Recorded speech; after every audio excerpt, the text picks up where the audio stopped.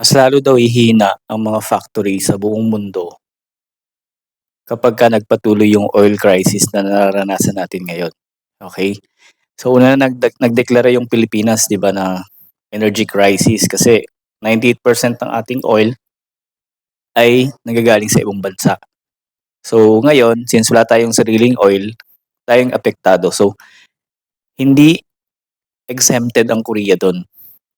So kapagka nagpatuloy yung gan'tong klaseng crisis, oil crisis or energy crisis, hindi pa exempted ang Korea, so asahan natin na mas lalong hihina ang mga factory, 'di ba? Kasi nga lalo na yung mga factory na nagre-rely sa ano, sa oil, gano'n, sa gano'ng energy, 'di ba, source of energy. So ngayon, asahan natin na nung mga nakaraang taon sinasabi ko na mahina, 'di ba, ang Korea. Mahina ang economy, konti ang umaalis, konti ang na-hire. Um, Ngayon naman nagpa-exam sila pero ano 'di ba, pero 100 lang yung kukunin nila. So yun pa lang ay, ah, malaking ano na, malaking malaking rason na talagang mahina ang mga factory doon. May mga nakakausap din ako sa mga student ko na, "Mahina sir, maraming nagsasara, wala kaming OT." Minsan mandatory absent na pinapagawa nila. So asahan natin na kapagka nagpatuloy-tuloy pa din ang ganitong crisis, 'di ba? Again, hindi exempted ang Korea dun. So, dun sa mga naghahantay ng exam, regular exam, wala pa pong available. Nung nakaraan may lumabas dun sa website ta's biglang nawala, 'di ba? So, kasi nga ramdam natin or ramdam namin na may mga learning center kung gaano talaga kahina, okey? Kasi yung mga tao dati madaming nag-e-enroll, so ngayon konti na lang, halos wala nang mag-enroll. Ako wala man akong bagong mga estudyante kasi sobrang hina na po talaga siya, okey? Sobrang hina na ng mga interested sa Korea. Yun nga, maraming dahilan, maaaring lumipat sila ng ibang bansa, like sa Europe maraming open ngayon 'di ba, wala ng exam, wala ng mahirap na process, makakalis ka kaagad basta skilled ka 'di ba? So, meron pa rin pailan-ilan na interested sa Korea kasi nga sobrang laki naman ng sahod sa Korea. Mahirap yung process pero malaki din naman yung sahod sa Korea. Kaya yung iba na sa Korea pa din sila, ano, gustong pumunta.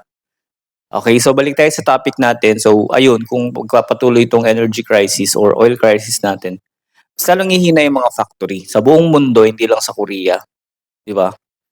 Ang tendency nun magbabawas sila ng mga tao, hindi mo na sila magha-hire, siyempre paano naman sila mag-hire ng ano, ng mahina or, walang supply ng oil gano'n, 'di ba? So, hihina po talaga siya. So, sad to say, ako nga na nagtuturo for almost 10 years, 'di ba? Starting 2024 ramdam ko na yung hina, okey? Ramdam ko na yung hina ng mga nag-e-enroll, napapansin ko yung mga nakakaalis konti lang din. Dun sa mga nagsasabi na hindi mahina Korea, come on, 'di ba? Ang tagal ko ng sinasabi yun, 'di ba? Hindi naman sa pinapahina ko yung mga loob niyo, nagsasabi lang ako ng reality or yes, reality. Totoo lang sinasabi ko kasi for the past almost, 10 years, 'di ba? Alam ko yung process, alam ko yung takbo ng mga nakakaalis, dami ng mga nakakaalis. Ngayon talagang sobrang kakaiba talaga siya. Gawa nga ng mga nangyayari sa atin, crisis, 'yan. So, hindi exempted ang Korea dun. So, kung sakali man na sa mga naghihintay ng employer, mabagalan tayo sa or mabagal tayong makaalis, kasi maraming mga rason kung bakit. Number one, ayan yung mga nangyayari na nakikita natin at nararanasan natin ngayon, 'di ba? Kaya sana dumating yung time na lumakas ulit, maging okey ulit yung buong mundo tapos lumakas ulit yung mga factory. Panigurado marami ulit silang kakailanganin, okey? Sana nga lang i-extend nila yung roster natin 'no, like for example 'yan may crisis, mahina, wala silang kinukuha, sana ano 'no, ah, tawag dito, anuhin nila, i-extend nila yung roster para naman fair naman sa'tin 'di ba, na mga naghihintay ng employer.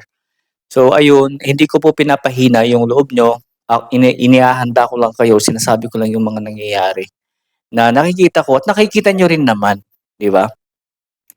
So ngayon, ano yung mga dapat nating gawin? habang naghihintay tayo, 'di ba? Eh, di mag-review tayo ng mag-review para 'pag dumating yung time na makaalis na kayo, magaling na kayo sa Korean, 'di ba? Hindi na kayo basta-basta mabubully pagdating dun, 'di ba? So ayun, dahil mga nagtatanong sa'kin sa regular exam, so wala pang announcement. Tsaka 'pag nagkaroon ng regular exam, asahan niyo na konti lang din yung quota, okey? Kasi yung ano nga, yung SCBT nga, 'di ba? Dati halos 2,000 plus, 1,000 plus ang quota, ngayon 100 lang, 'di ba? So expected na natin na pagka nagkaroon ng regular exam is mas mababa yung o mababa rin yung quota nun. Okey, kaya mag-ready kayo, mag-aral kayo. So ako naman na learning center, talagang mahina, struggle talaga nangyayari. Nag-struggle talaga sa wala nang nag-e-enroll siyempre, alam nila na mahina ang Korea, alam nila na sa nangyayari na nakikita din natin lahat, 'di ba? So, mas uunahin natin yung mga basic na kailangan natin kaya walang gaanong nag-e-enroll. So ako naman, walang nag-e-enroll, walang income, asahan niyo naman na magbibigay pa rin ako ng mga information na about sa EPS at ako'y maghihintay lang din ng ano, ng lalakas ulit at marami ulit na mag-e-enroll, sumigla ulit yung mga nag-a-apply sa Korea. So, ayun lang, sana ay may natutunan kayo sa video na 'to. Kung nagustuhan yung mga video ko baka puwede niyong i-follow, puwede niyong i-share yung mga video ko. Nandiyan din ako sa Blue App, K-Learn Korean Language Training. Hindi po ako agency, ako ay nagtuturo lang ng EPS or ng Korean language para sa mga gustong magtrabaho sa Korea, okey? Hindi ako against dun sa mga, namumuno sa'tin about sa mga OFW. Ako'y nagbibigay lang ng mga information para makatulong din po sa inyo. Um, Once again, maraming salamat sa panonood ng video ko, sa mga laging sumusuporta, nagla-like, nagse-share sa mga video ko. Maraming salamat at sana ay kung kayo naghihintay ng employer, ma-select na kayo. At kung kayo naghihintay naman ng exam, mag-review kayo lagi para pagdating ng exam papasa kaagad kayo, okay? Once again, thank you so much for watching the video. This is Gerard, 4 times CPS Topic exam passer and 10 years in teaching Korean language, specializing in EPS topic. Maraming salamat po, ingat tayong lahat and mabuhay. Annyeong 여러분.